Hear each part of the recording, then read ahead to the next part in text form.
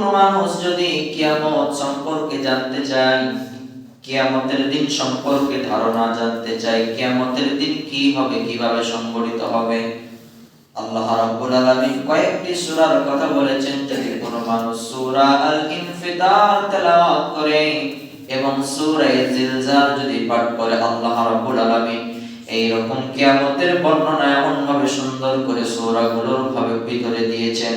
একটা মানুষ যদি কিয়ামত সম্পর্কে জানতে চায়, নিজ চোখে দেখতে চায়, আল্লাহ রাব্বুল আলামিন সমস্ত কিছু এই সূরার ভিতরে আল্লাহ রাব্বুল আলামিন দিয়ে দিয়েছে। কথা বলেন ইদাস সামাউ ফাতারাত, আসমানগুলো যখন ছুটে ছুটে পড়তে থাকবে, আল্লাহ রাব্বুল আলামিন এই সূরার ভিতরে বান্দাকে আল্লাহ রাব্বুল আলামিন নির্দেশ দিচ্ছেন, ও বান্দা শোনো, কেন তোমরা আমি আল্লাহর ইবাদত করবা, কেন তোমরা আমি আল্লাহর আমার গোলামি করবা, আমি কেন তোমাদের রব হলাম, একটু বান্দা তুমি তাকাও। আমি আল্লাহ রাব্বুল আলামিন সুসজ্জিত সুন্দর আকাশ আমি সৃষ্টি করেছি, নির্মাণ করে রেখেছি। আপনি পৃথিবীর যেই প্রান্তে যান, আপনি ঢাকায় যান, কক্সবাজার যান, পৃথিবীর যে কোনো দেশে যান, দুবাই যান, আমেরিকা যান, সৌদি আরব যান, যেখানেই যান না কেন, এই আসমানের নিচের দিকে আপনি একটু তাকায় দেখবেন। আজকে আপনি আমি নামাজ আদায়ের জন্য যে মসজিদে এসেছি, আমরা বাড়ি যখন নির্মাণ করি, বাড়ি নির্মাণ করার জন্য, ছাদ তৈরি করার জন্য আমরা প্রথমে ওয়াল তৈরি করি, পিলার নির্মাণ করি। মাঝখানে যেমন মসজিদে দুইটা পিলার আছে, পিলার যদি না থাকে ছাদ থাকবে না, দুম করে ছাদটা পড়ে যাবে।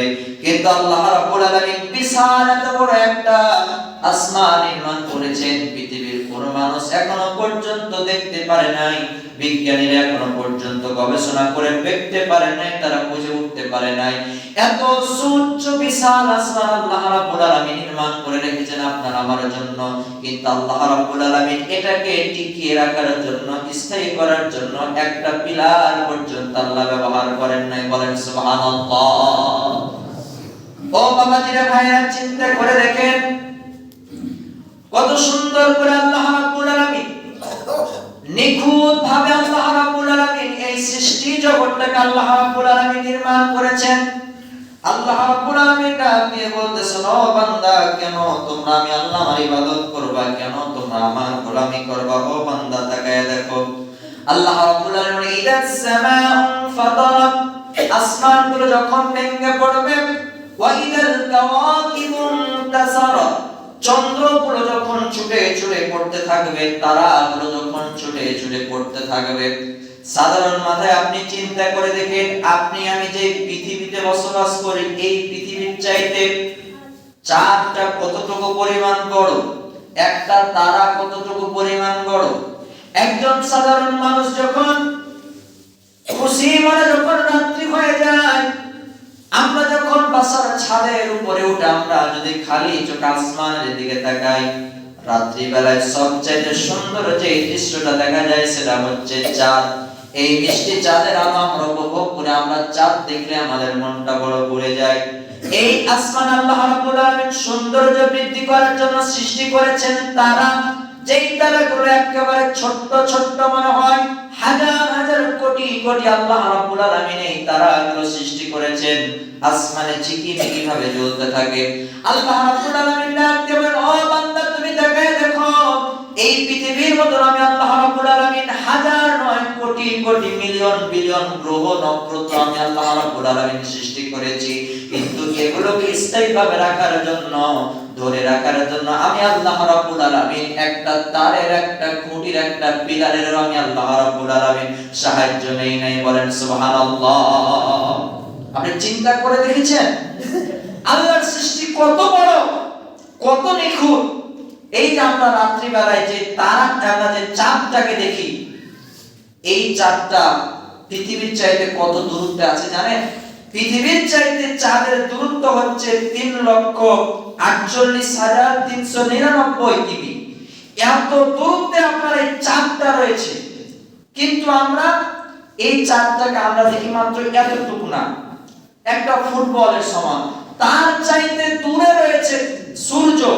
এই সূর্যটা আল্লাহ রাব্বুল আলামিন এমন জায়গায় রেখেছেন, এমন একটা নিরাপদ জায়গায় রেখেছেন, এই সূর্যটা যদি একটু যদি নিচে আসতো, আমরা এই সূর্যের তাপের কারণে আমরা কেউ তাপ সহ্য করতে পারতাম না, এই আগুনে পুড়ে সমস্ত পৃথিবীটা জ্বলে পুড়ে ছারখার হয়ে যেত। বলেন সুবহানাল্লাহ।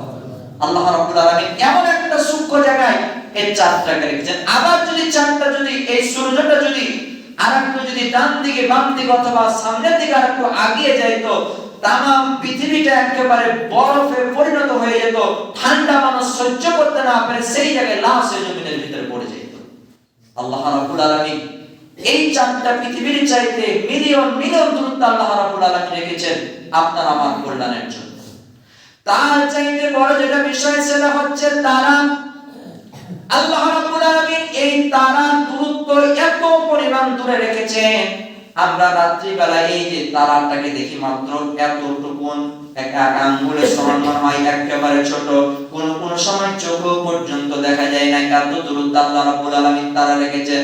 বিজ্ঞানীরা একটা ক্লু দিয়েছেন, এই রকম ভাবে তারা উদাহরণ দিয়েছেন, এই পৃথিবীর তুলনায় চাঁদটা এত পরিমাণ বড়, একটা তারা এত পরিমাণ বড়, একটা বিশাল সমুদ্রের ভিতরে যদি একটা ঢিল নিক্ষেপ করা হয় অথবা কোনো কিছু যদি আসমান থেকে দূরত্ব থেকে মহাশূন্য থেকে যদি ফেলে দেওয়া হয়, বিশাল বড় সমুদ্রের মধ্যে একটা জাহাজ যদি ফেলে দেওয়া হয়, যদি ক্রাশ করে ওই পানি যেমন কিচ্ছু মনে হয় না, একেবারে গিলে ফেলবে।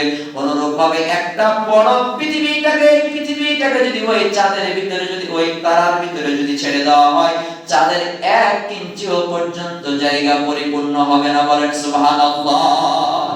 এত বড় বড় তারা আল্লাহ রাব্বুল আলামিন কোটি কোটি হাজার হাজার আল্লাহ রাব্বুল আলামিন সৃষ্টি করেছেন, সেগুলো ঝুলে আছে। কোনদিন কি দেখেছেন এই তারাগুলো ছোট পৃথিবীর এখানে আছড়ে পড়ে গেছে? একটা আর একটা সাথে লেগে গেছে? কখনো লাগে নাই। আল্লাহ রাব্বুল আলামিন ওই সৃষ্টির দিকে তাকিয়ে বলতেছেন, ও বান্দা তুমি তাকায় দেখো, কিয়ামতের দিন যখন আমি আল্লাহ রাব্বুল আলামিন যখন সংগঠিত করব, এই আসমানের বিশাল বড় বড় তারাগুলোকে আমি আল্লাহ রাব্বুল আলামিন সেগুলোকে ছুটিয়ে আমি আল্লাহ রাব্বুল আলামিন ফেলে দেব।